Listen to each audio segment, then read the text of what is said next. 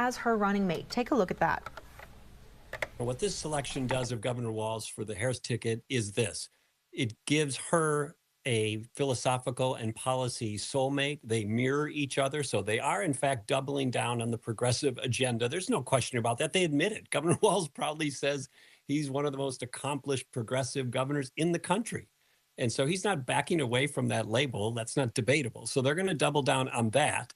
But as she gives off this California, San Francisco vibe, he has this sort of Bernie Sanders in hunting gear vibe with the Midwestern flair to it. And so the ticket isn't philosophically and policy balanced, but she did bring some geography and some style balance into it. And he's fully capable of both being folksy and throwing hard punches. He can do both, like most politicians, and he can talk a lot, that we all do, but he's good at it. And so, yeah, can he go out and do both the sales job on the policy from their perspective and also punch back? Yes, he can.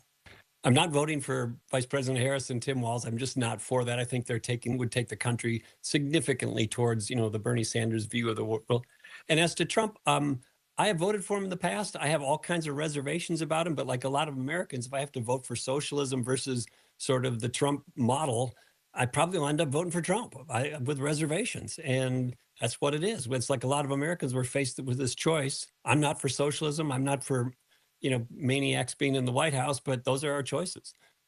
Well, there's a group that you're familiar with called the Democrat Socialist Alliance. They put out a checklist of what they want done at a state level.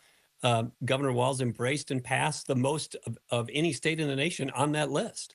And so whether you call it progressive or socialist or Democrat socialist, clearly they want to take the country further and faster left, however you want to particularly describe that. I don't think that's debatable. In fact, they say it themselves.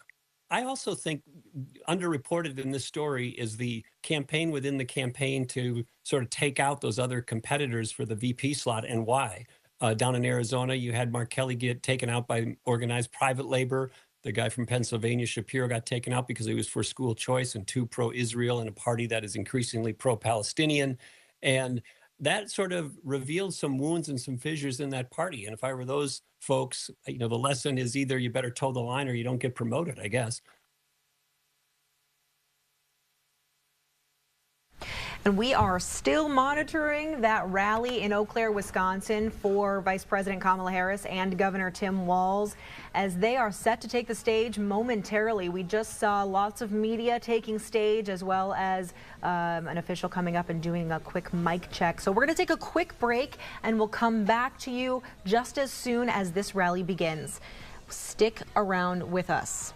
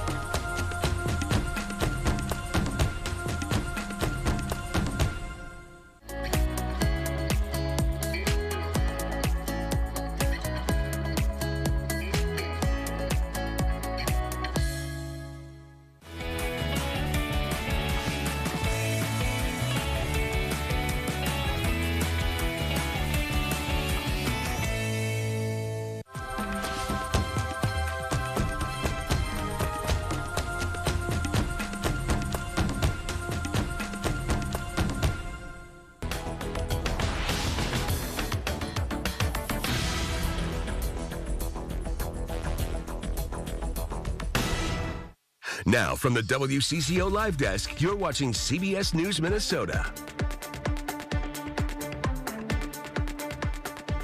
Good morning, everyone. My name is Maria Lizignoli. I should say good afternoon. It is 1:34 on this Wednesday afternoon. We are waiting for Governor Tim Walz and Vice President Kamala Harris to take the stage in their second official rally as running mates in the 2024 presidential election.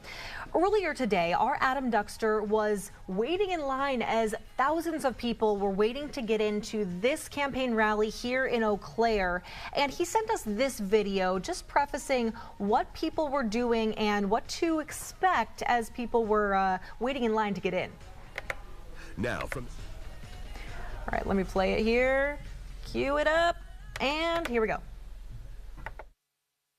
Adam Duxter here with WCCO News, coming to you from Eau Claire, where I want you to take a look at this line. It is kind of hard to see the entirety of it. Here's where it starts, and it goes all the way back. I'd say there's thousands of people in line right now, and plenty more still coming in here in Eau Claire to hear Kamala Harris and Tim Walz speak for just the second time as a duo.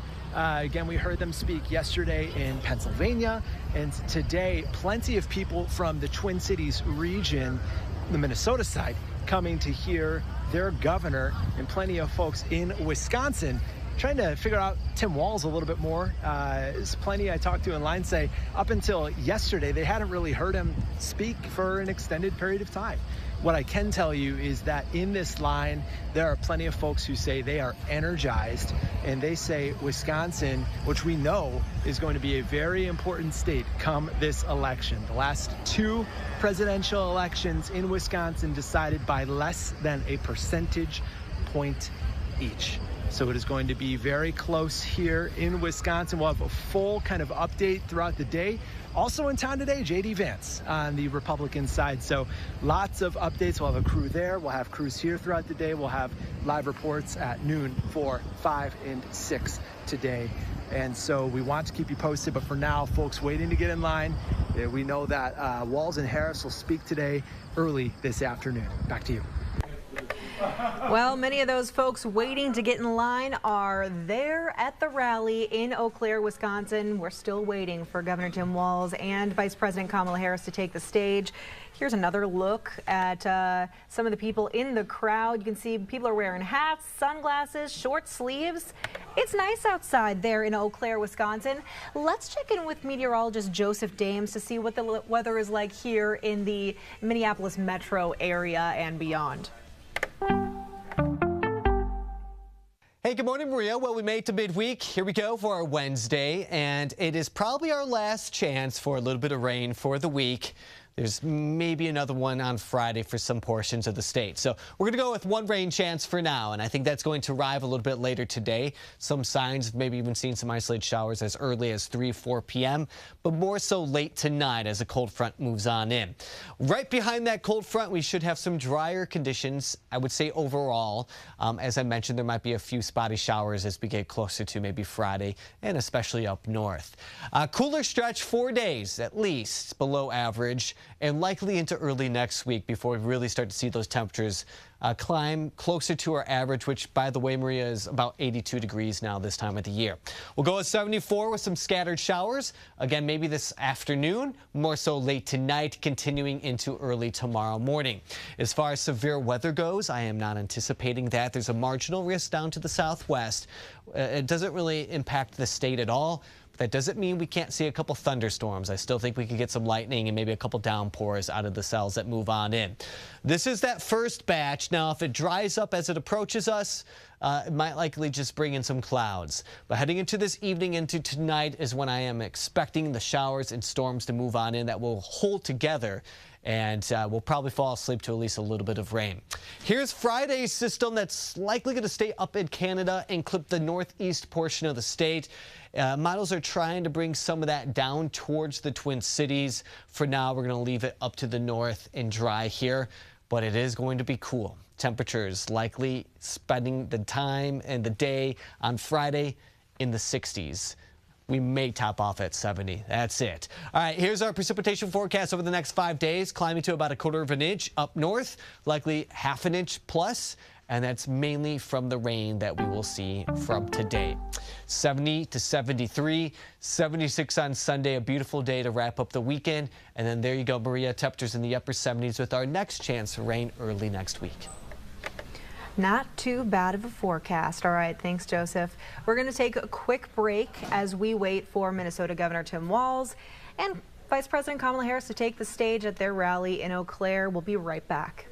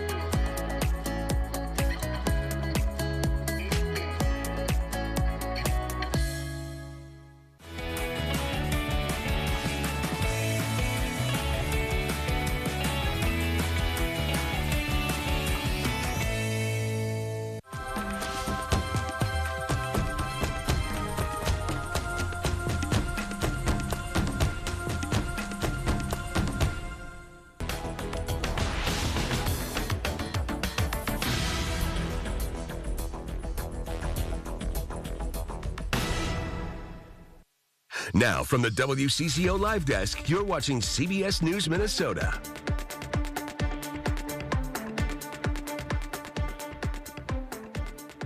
My name is Maria Lizignoli. Thanks for joining us here at the Live Desk.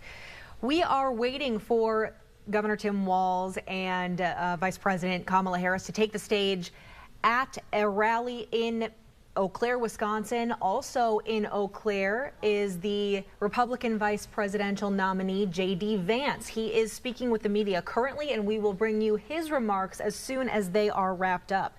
Now, we want to do a little bit of background here on Governor Tim Walz and Minnesota obviously taking the national stage by storm after Democratic presidential nominee Kamala Harris chose Minnesota Governor Tim Walz as her running mate. Harris and Walz released their first campaign ad together ahead of the rally in Eau Claire later today. In fact, just about to start momentarily. We believe in the promise of America, in those values I learned in Nebraska, and we're ready to fight for them. Because as Kamala Harris says, when we fight, we win. And polling is already underway, offering some insight into the selection of Governor Walz as Harris's running mate. A new NPR PBS News Marist poll shows while Walz is largely unknown, Republican VP nominee J.D. Vance faces a growing unfavorable rating. The poll found 71% of U.S. adults never even heard of Walz and didn't know how to rate him. Meanwhile, J.D. Vance appears to be losing voters. The poll found he had a 34% favorable rating and a 43% unfavorable rating. Like I said, today, 2 campaigns are being held in Wisconsin just within miles of each other. Walz and Harris are taking their campaign to Eau Claire. Vance is there too, holding a campaign event just down the road at nearly the same time. We'll bring you the Harris-Walz rally live and then bring you remarks from Vance right here at the live desk. As the country is introduced to our governor, Minnesota and Wisconsin voters already have some opinions about the brand new VP hopeful. I was thinking that it was kind of a far-fetched choice because a lot of people don't know him. I was so happy. I was thinking, oh, I just hate to see him leave. But then again, I want him to, go. I'm worried that he's going to make some bad decisions for the nation. Some voters we spoke to hope the nation knows what Governor Walz has done for Minnesota, like passing free lunches for students. Critics say Walz failed Minnesotans when they needed him most, especially during the George Floyd riots. Minnesota is more in play than in past cycles, but experts wonder if a more geographically strategic choice would have made sense. Harris says geography has nothing to do with her choice for running mate and everything to do with his record. This past year alone was a banner year for the governor, thanks in part to Minnesota Democrats being in control of the House, the Senate, and the governor's office. And we know in January of 2023, Walz codified abortion rights into law with the PRO Act. A longtime LGBTQIA+ supporter, in March of that year, he signed an executive order that protected gender-affirming care. Later in the year, Walz, an avid hunter, signed a public safety package, including a red flag law that allows family members, roommates, and law enforcement to petition the courts to take away guns from anyone deemed a danger to themselves or others. In May of 2023, Walz signed a law creating a state-run paid family and medical leave program for Minnesota workers. And Minnesota became the 23rd state in the nation to legalize recreational cannabis. That all happened in the same month. Walz said in his first campaign event with Vice President Harris, Minnesota's values are also America's values. Minnesota's strength comes from our values. Our commitment to working together, to seeing past our differences, to always being willing to lend a helping hand. Those are the same values I learned on the family farm and tried to instill in my students. I took it to Congress and to the state capitol, and now Vice President Harris and I are running to take those very values to the White House.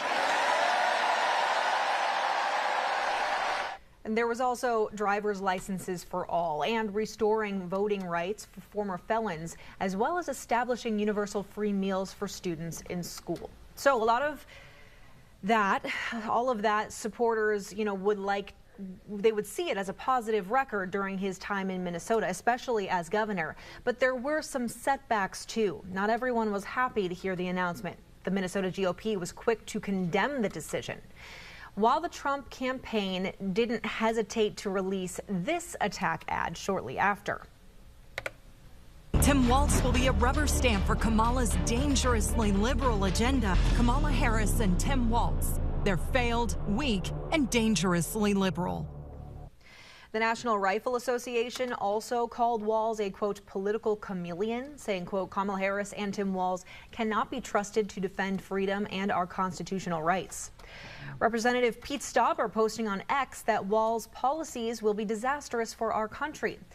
Not all the responses were negative. The Queer Caucus and United Steelworkers Union all praised Kamala Harris's decision. Former President Donald Trump's running mate, J.D. Vance, is on his own battleground tour, also starting in Philadelphia, where Harris and Walz rallied. But I think that what Tim Walz's selection says is that Kamala Harris has bent the knee to the far left of her party, which is what she always does. Vance says he called and congratulated Walz and that he looks forward to debating him. Walz says he's ready to take Vance on in a debate. Walz's biggest critics are drawing attention to the setbacks he had during his time as governor of Minnesota. Those setbacks include his handling of the COVID-19 pandemic and his response over the riots that followed the murder of George Floyd. Walz has consistently said he did the best he could in responding to both those instances, but critics still say he could have and should have done better. During the unrest following the murder of George Floyd, conservatives lashed out at Walz for his delay in the historic activation of the Minnesota National Guard. Minneapolis Mayor Jacob Frey said he asked Walz for troops 3 days before he gave the green light. Walz maintained his concern was that not all National Guard troops were trained in handling riots. During the COVID pandemic, he used emergency powers, including a mask mandate, business shutdowns, and establishing a hotline number to report people violating social distancing guidelines, which outraged critics and several lawsuits filed.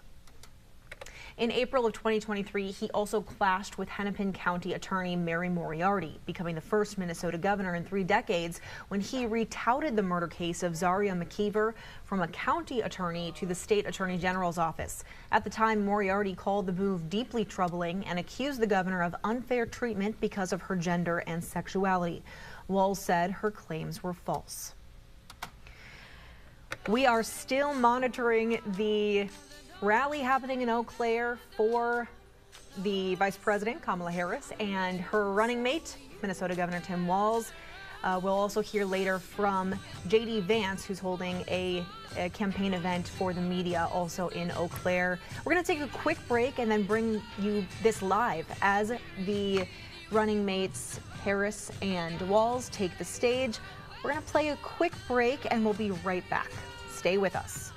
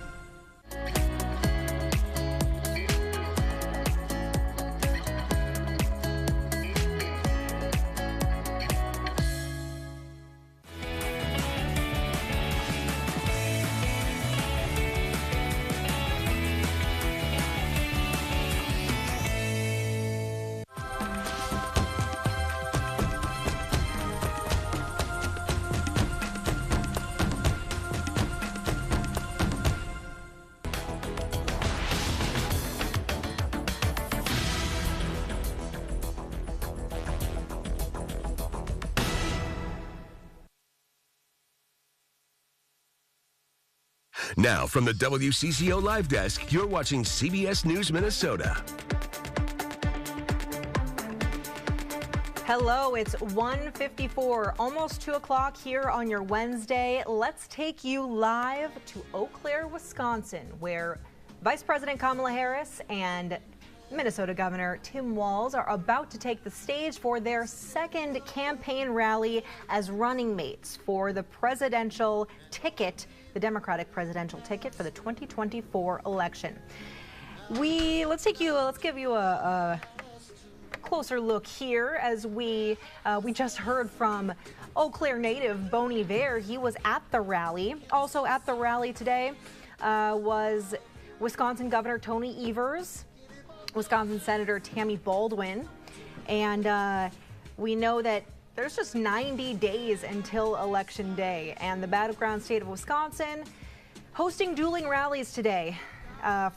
It's in Eau Claire. It's just about an hour and a half east of the Twin Cities. Dueling rallies, I say, because Ohio Senator J.D. Vance, the Republican vice presidential candidate, is also in Eau Claire for a campaign event. He's speaking with the press at an airline equipment manufacturer called NMC Woolard. So Harris formally introduced Walz during a rally just last night in Philadelphia, where the governor sought to contrast the values of his ticket to those of Trump and Vance. He said, quote, "Donald Trump sees the world a little differently than us. First of all, he doesn't know the first thing about service. He doesn't have time for it because he's too busy serving himself. Again and again, Trump weakens our economy to strengthen his own hand," end quote. Get this, on Tuesday alone, the Harris-Walz campaign raised more than $20 million. So WCCO spoke with Harris and Walz supporters just this morning who were lining up hours before the Eau Claire rally, and many described this ticket as, quote, hopeful. One person said, quote, "Hope, joy again, feeling our country can recognize and work together, and we'll all be humans again and be heard." Jody Erickson of La Crosse said that to our reporters in Eau Claire. Pois Fernandez of La Crosse said, quote, "There's hope for my grandchildren. There's hope for my great-grandchildren. There's hope for the whole country. It feels like we can be present. We don't have to hide. And that's been a long, long time," end quote. So just this morning, over on the Republican ticket, former President Donald Trump was interviewed by phone on the Fox News, Fox and Friends show, where he told the hosts he was, quote, thrilled by Harris's pick. He says, quote, "I would say my reaction is, I can't believe it. I never thought this was going to be the one that was picked. Walz is a very, very liberal man, and he's a shocking pick, and I'm thrilled. I could not be more thrilled," end quote. Now, J.D. Vance says he called and congratulated Walz on Tuesday. He looks forward to debating with him, and Walz says he is ready to debate with Vance as well. The senator also told the media Tuesday, just yesterday, that Walz's selection is an alarming one. He said, quote, "This is a radical human being who comes from the far left wing of the Democratic Party. And what Kamala Harris is telling all of us by selecting Tim Walz is that she bends the knee to the far left of the Democratic Party," end quote. And Donald Trump and J.D. Vance made their first appearance in Minnesota as running mates 2 weeks ago. You may remember in St. Cloud at the Herb Brooks Arena. Thousands came to that arena. So we have new numbers this morning, polling numbers. Walz still has low name recognition, and most find Vance unfavorable. This is all according to a new NPR PBS Marist poll, and the poll found that 71% of U.S. adults never heard of Walz and didn't know how to rate him. Meanwhile, the poll found Vance had a 34% favorable rating and a 43% unfavorable rating. So in addition to the rally today, they're also hoping to make a stop in Michigan later today, And 3 more campaign stops this week. One in Detroit on Thursday, just tomorrow. One in Phoenix, Arizona, Friday. And then rounding out the week in Las Vegas, Nevada on Saturday. And then Trump's next rally is scheduled for Friday evening in Bozeman, Montana. And while we know that Harris is the official nomination because she has received the delegate numbers needed to have that title, the Democrats will officially nominate Harris and Walz at the Democratic National Convention, which starts on August 19th in Chicago. And again, just 90 days until Election Day for the 2024 presidential election. Lots of people in this crowd today. You can see many wearing hats, short sleeves, sunglasses. It's a sunny day. It's quite nice out there in Eau Claire. You know, a little colder than we've been experiencing lately, which is probably pretty nice for everyone outside right now. Lots of press in the stands today as well, not just local press, national press here in Wisconsin, this battleground state. You can see here, I'll show you a live look at some of the press that's lined up over there on the press, what are they called? Balconies? Bleachers, usually, that's what they're on. Press bleachers. Lots of people in the crowd, all waiting for Vice President Kamala Harris and her new running mate, Minnesota Governor Tim Walz, to take the stage here in Wisconsin. Quite a crowd there, that is for sure.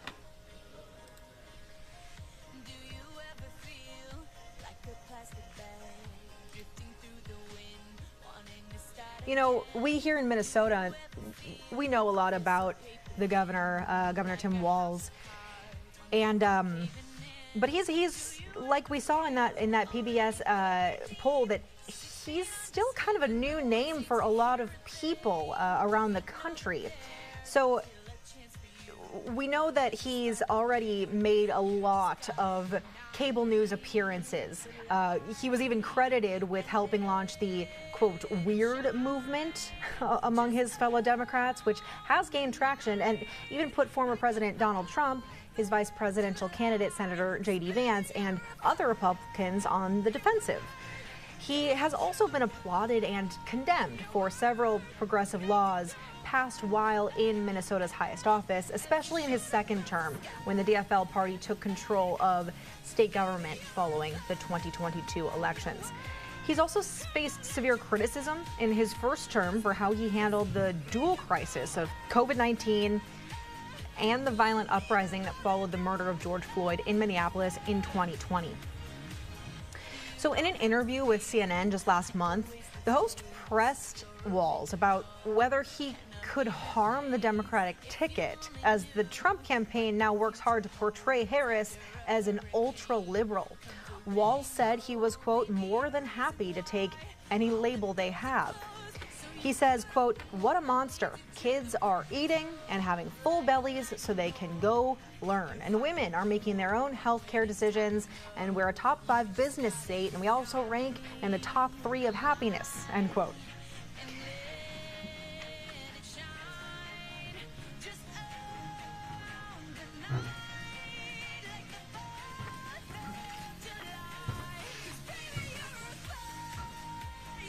People are getting they're starting to dance here at the rally. Katy Perry has that effect on people, that's for sure.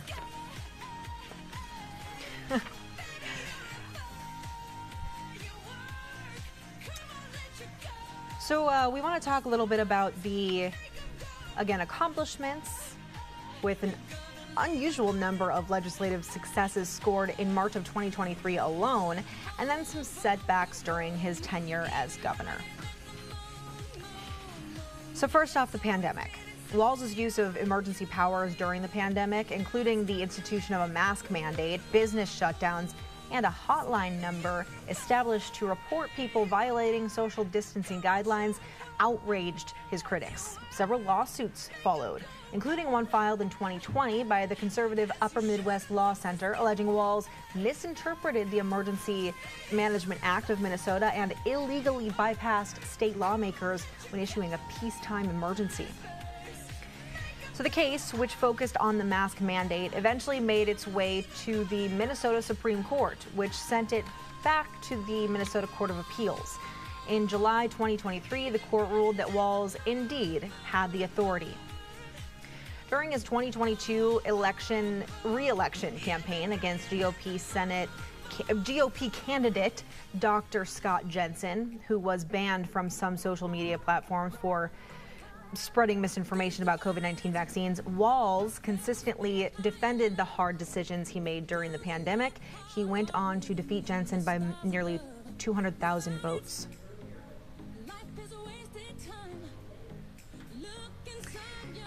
Another point many critics made, the murder of George Floyd and its aftermath. So conservatives lashed out at Walz for his delay in the historic activation of the Minnesota National Guard, which helped restore order on Twin Cities streets during the unrest in May of 2022. The delay drew the ire of then President Trump, who went on to falsely claim he ultimately made the call. Months after the chaos, Democratic Minneapolis mayor said he asked Walz for troops 3 days before he gave the green light. Walz, who served in the Army National Guard for nearly a quarter of a century, clapped back at Mayor Fry, saying, quote, "I don't think the mayor knew what he was asking for. I think the mayor said, I request the National Guard. This is great. We're going to have massively trained troops. No, you're going to have 19-year-olds who are cooks," end quote. That's what Walz said. We are zooming in now. There is a person on the podium. Not sure if this is just another microphone check or if they are getting ready to introduce Vice President Kamala Harris and Governor Walz. We'll continue waiting.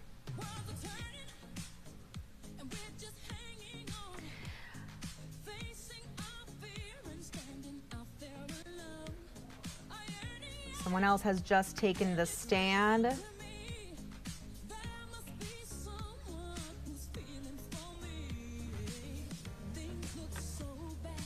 And they have gone as well. Okay. That's all right. We can continue talking about some of the different rulings that Governor Walz has had as governor of Minnesota. Though I'm hearing now that the music has stopped over at the rally, and they will take the stage shortly. Let me pull up the music here for everyone.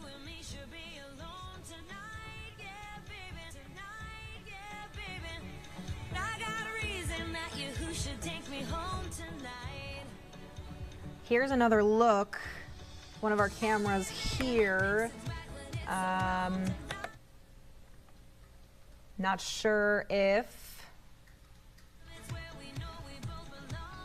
I believe that Vice President Kamala Harris and Governor Walz will be coming out of this tent right there behind the blue star there.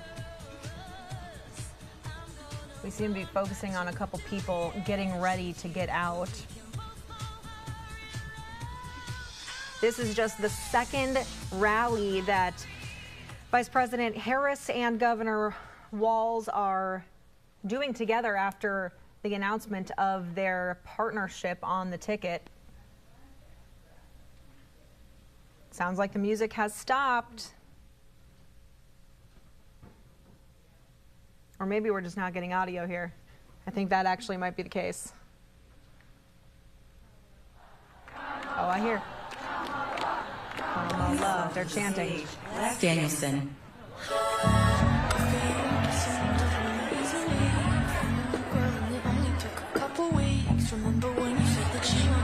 Got Olivia Rodrigo playing in the background.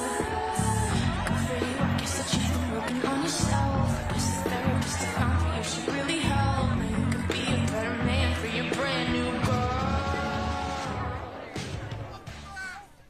Good afternoon. My name is Les Danielson, and I'm a fourth-generation farmer born and raised in Cadott. I've been farming right here in the Chippewa Valley my entire life. In 1884, my great-grandfather, Dan Danielson, moved to the Chippewa Valley and homesteaded our original farm. My grandfather, William, continued on with the family farm, followed by my father, Wayne. Today, my two brothers and I all farm in the same area in Cadott, just over 20 minutes from here. My extended family still farm the same land my great-grandparents did, and we look forward to farming it for years to come.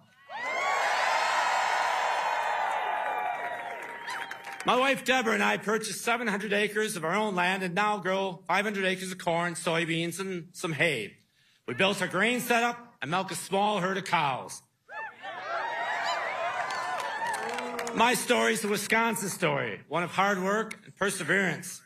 And that's why I'm glad and excited that Vice President Harris's running mate is a lifelong Midwesterner.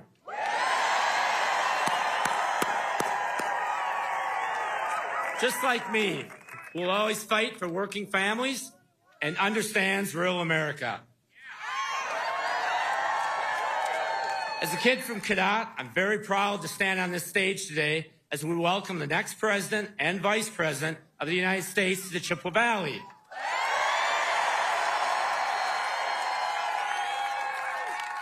Vice President Kamala Harris and Governor Tim Walz know that rural America is the backbone of our nation. It's family farms like mine that feed our country, and it's small businesses in towns like Cadott that keep our economy strong. But while Donald Trump was in office, my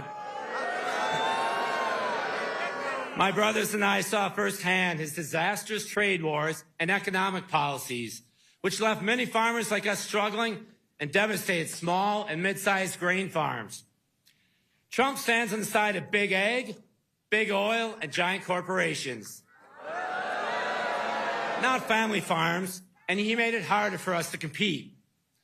Together with President Biden, Kamala Harris has fought for rural communities, whether through fixing our roads and bridges so we can get products to markets, or fighting to expand affordable health care,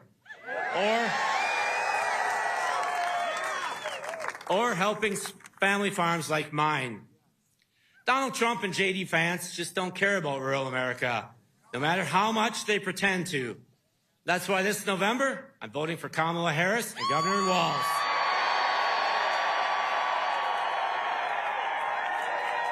And now it's my honor to introduce our future Vice President, Governor Tim Walz.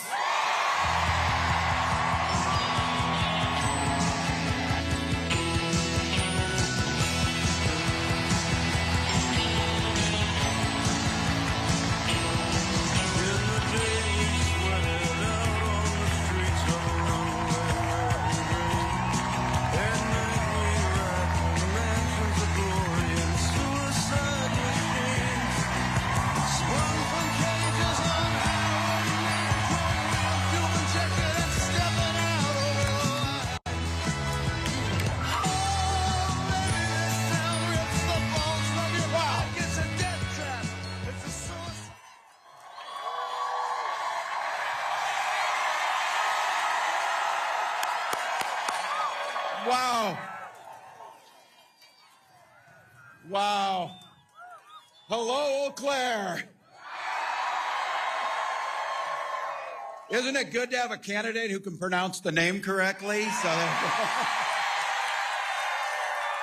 wow. Les, thank you. Thank you for the introduction. More importantly, thank you for articulating what we know it means to live out here in the Midwest. Care for your neighbors.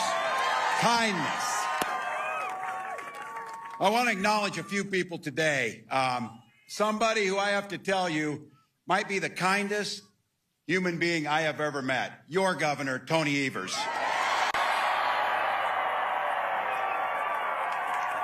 A dear friend of mine who I had a chance to serve with in the House of Representatives, an incredible Senator, Tammy Baldwin.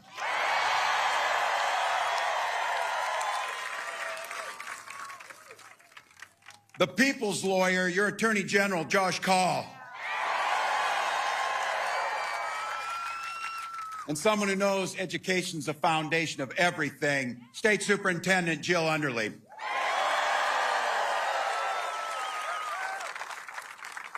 All the state and local officials are here, but I want to say that point of personal privilege on this, I got a bunch of my family down here in the front, so.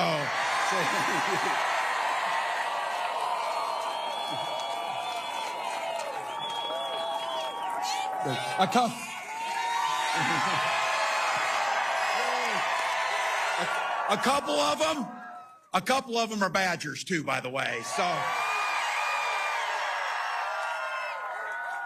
And a real special thank you to everybody here.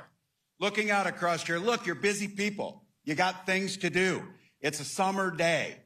You had to walk 2 miles. I had nothing to do with that, by the way, nothing. So, but you came here for one beautiful, simple reason. You love this country and this democracy.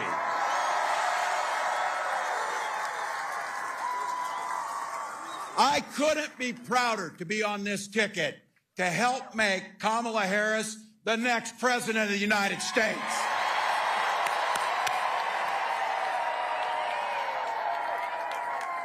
You know it. Vice President Harris is on the side of the American people. She took on predators, fraudsters, transnational gang members. She stood up against powerful corporate interests, and she never hesitated, not once, to reach across the aisle if it improved people's lives. Being a Midwesterner, too, I know a little something about commitment to people. I was born in a small town in Nebraska where community meant everything. My mom and dad taught me to show generosity to my neighbors and work for a common good. At 17, I joined the Army National Guard. For 24 years, I proudly wore the uniform of this nation.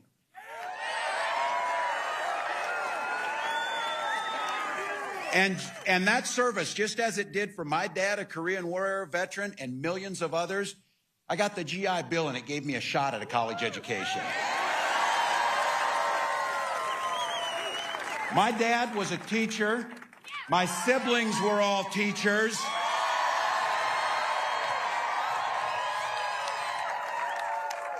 And 3 of them married teachers. It's noble work. I had the privilege of teaching public school, social studies, and coaching football for 20 years. And for all you Packer and Badgers fans, yeah, we did win a state championship. So it's what we do. But it was my students who encouraged me to run for office. I never thought that much about it, but they saw in me what I was hoping to instill in them. This idea of a commitment to a better world, a common good, a belief that one single person can actually make a difference.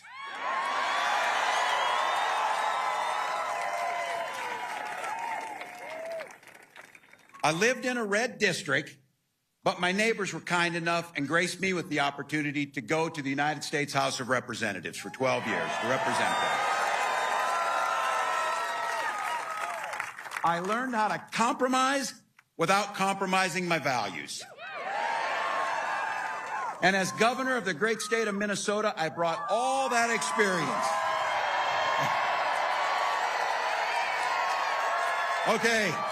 Okay. Are there Minnesotans in the house today?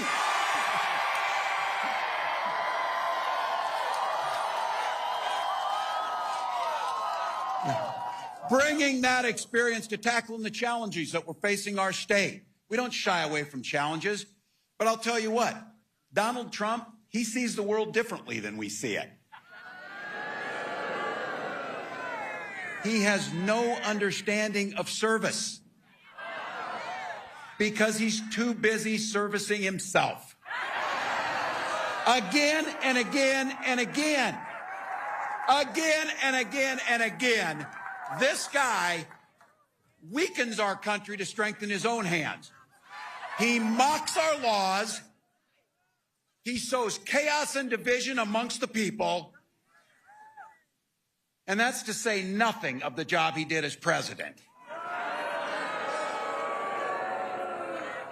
He froze in the face of COVID, and it cost people's lives.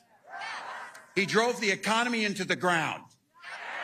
And make no mistake about it, violent crime was up when Donald Trump was president. Those of you who are a little older know this. Older Republicans used to talk about freedom. These guys today, it turns out that freedom to them means government should be free to invade your exam room with your doctor.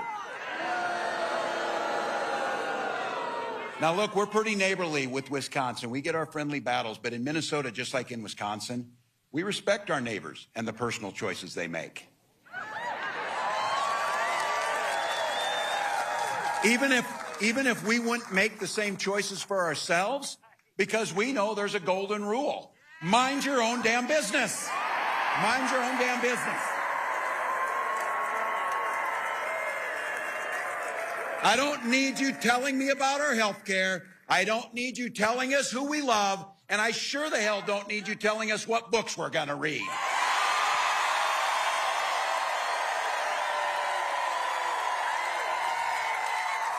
And there's a very personal one for me, and that includes IVF.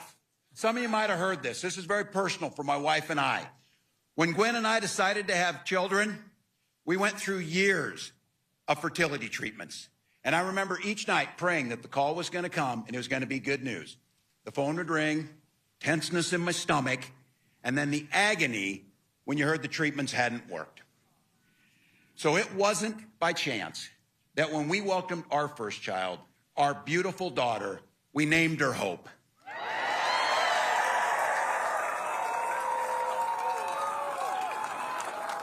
When Vice President Harris and I and everyone here talks about freedom, we mean the freedom to make your own health care decisions. And for all of our little ones to be free to go to school without worrying about being shot dead in their classroom.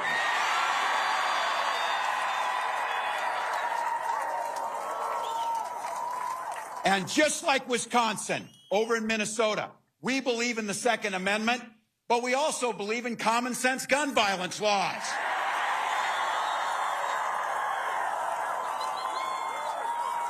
And just so you know, when I was in Congress, I was the top gun at the trap shoot 3 years in a row. I can outshoot them, too. I can outshoot these guys. Look, freedom is when... Freedom... Oh! Can we get somebody to help? Somebody's hot. Somebody's hot. Can we get somebody to help? You okay? Drink some water, folks. It is hot out. Get somebody else.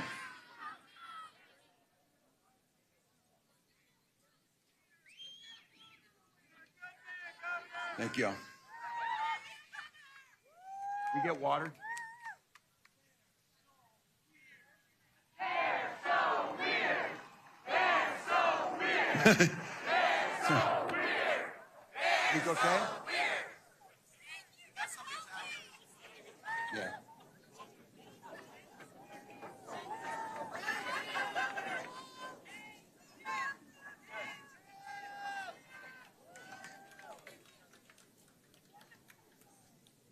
Thank you all for helping. Grateful. Thank you.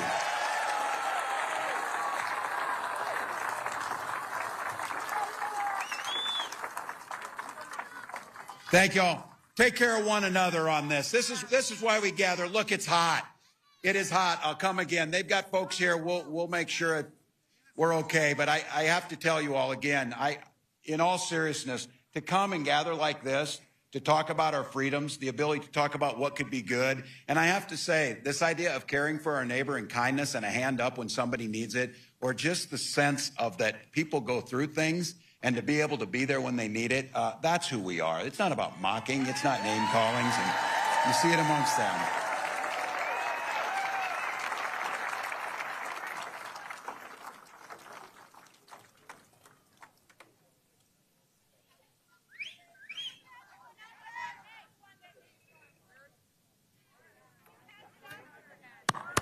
Yay. Thank you all.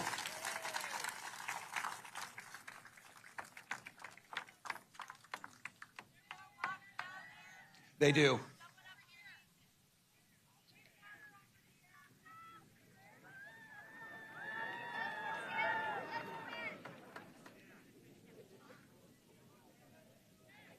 Thank you all. We're okay. We have someone down. They're treating him. They're getting him some water, and it's good. He's going to get up. You guys need some water, too? We'll ask them. Teddy, can you see if they have some more water? That'd be great. Take care of your neighbors.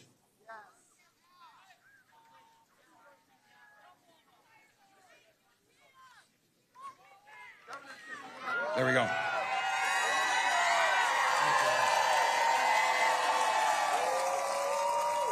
There we go.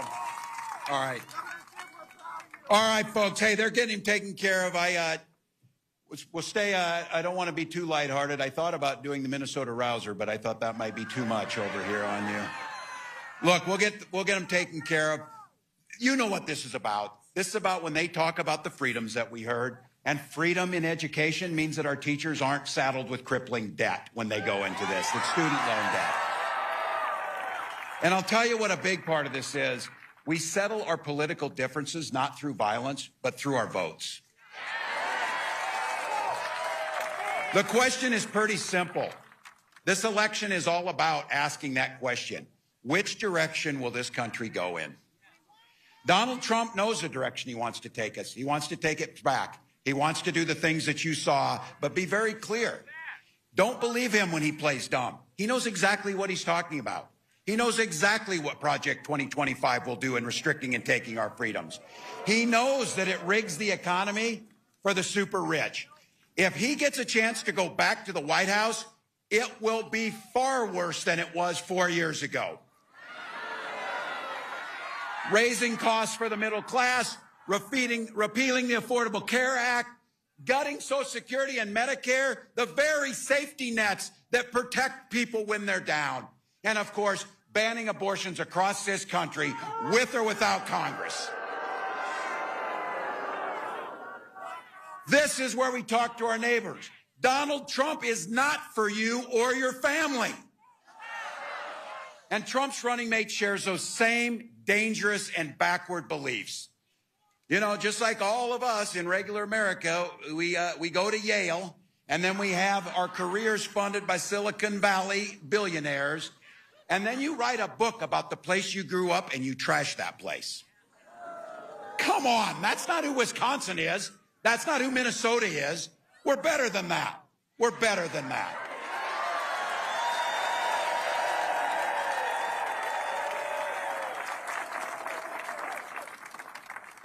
One of the best parts of this job is going to be, I can't wait till the debate. So...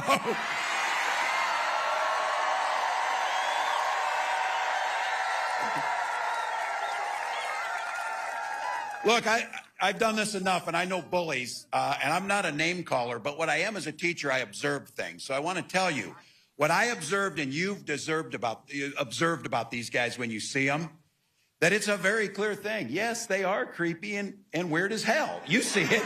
You see it. This is not normal. This is not normal behavior. Nobody's asking for this crazy stuff. So I'll tell you what. You heard it from the vice president. You've heard her talk about this. We're sure the hell not going back.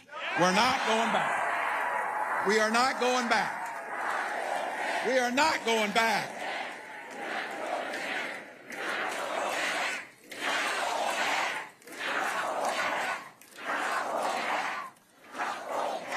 We damn sure aren't, but it's even more than that. This is a campaign about where we're going, and that's a future where everyone matters and everyone's included. Kamala Harris, she believes in the freedom to make your own choices. She believes in opportunity for every single person to join the middle class. And she believes in the promise of America.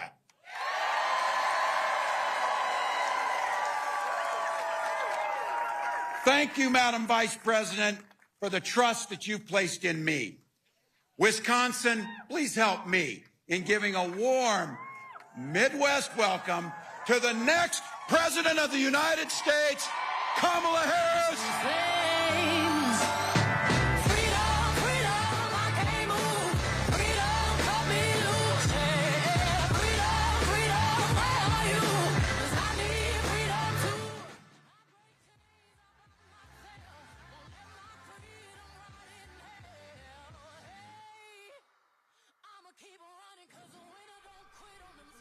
All right, you just heard from Minnesota Governor Tim Walz, who is the running mate for Vice President Kamala Harris. And they were live there in Eau Claire for their campaign rally. And meanwhile, just down the road in Eau Claire and starting around the same time,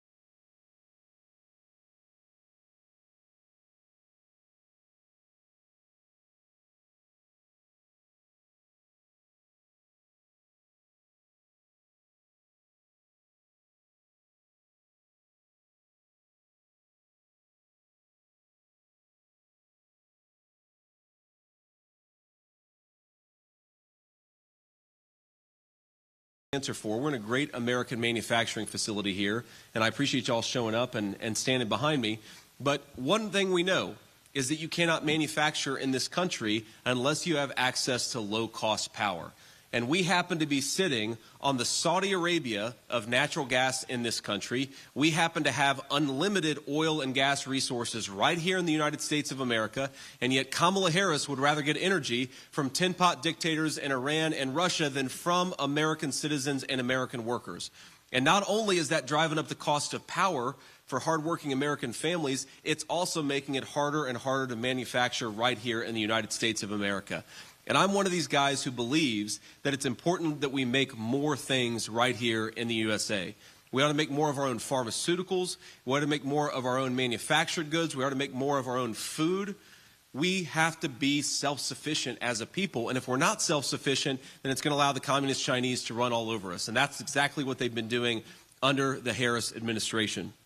The other thing that Kamala Harris ought to answer for is this terrible crisis at the American southern border. She has been the border czar for 3.5 years, and Americans have suffered because of it. I know this community's been affected by it. I know I've seen the consequences of it personally, but the fentanyl that the Mexican drug cartels are bringing into our country, it is killing Americans by the bushels, and it is unnecessary. It is happening because of failed public policy. I talked to somebody just yesterday, actually, two kids, a 19-year-old boy and a 15-year-old girl. And their mom and dad had died of a fentanyl overdose just 5 years prior when they were 10 and 14 years old. These two kids were orphaned. And they're incredible kids. And I told them I was rooting for them. And I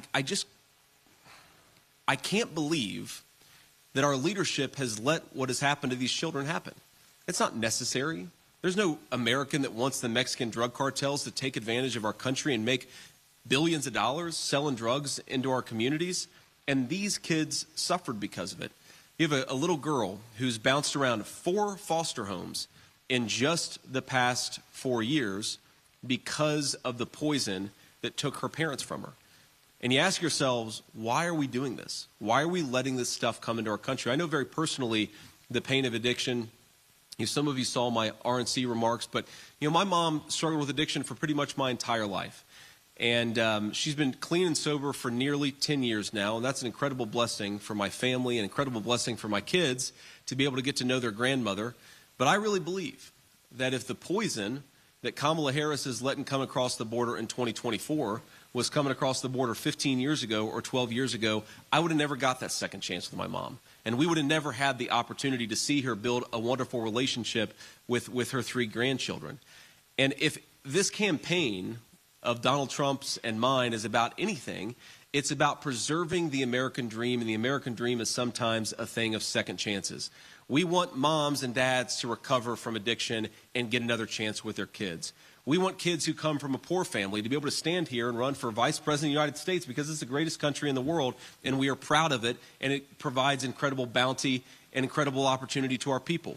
We want kids who grew up in low-income families to be able to walk outside and walk down the street without being afraid of a violent crime, because violent crime has skyrocketed under the Harris administration. We want police officers to be able to do their job and maybe receive a thank you from their federal government, and not a federal government that makes their job more and more difficult. And in all these areas, we have a country that's going in the wrong direction thanks to Kamala Harris. And I think that it's important to say we could be doing so much better. And not just that we could be doing so much better, we were doing so much better when Donald J. Trump was president of the United States. We had somebody who was fighting for American manufacturing, American workers, and fighting for their jobs. We had somebody who was empowering our police and making it easier for them to do their jobs. We had somebody who was stopping the flow of fentanyl and stopping the Mexican drug cartels from taking advantage of our country. And we had somebody who was pursuing the kind of economic policies where you could build a life in your home without having groceries become unaffordable, without having housing become unaffordable. The most consistent complaint that I hear from people all across the country, and I've been to more than a dozen states, I think, since Donald Trump tapped me, the most consistent complaint that I hear is that it is harder and harder for normal people to get by. And I happen to think that if you work hard and play by the rules in this country, you ought to be entitled to a good life in the country that your grandparents built. It's a very simple goal, and it's something that we can get for everybody. Now, is that possible? Thanks to Kamala Harris, grocery prices are up 30% since she took office. Gas prices are up 50% since she took office. Rent is over 40% since she took office. Every single thing that Americans need to buy in order to live a halfway decent life has become more expensive because of Kamala Harris's economic policies. And we will be covering both campaign events all day long. Get updated reports live at 4, 5, and 6 on air. And then, of course, all of your breaking news online at wcco.com. We're going to take a quick break, but thank you so much for watching here at the Live Desk.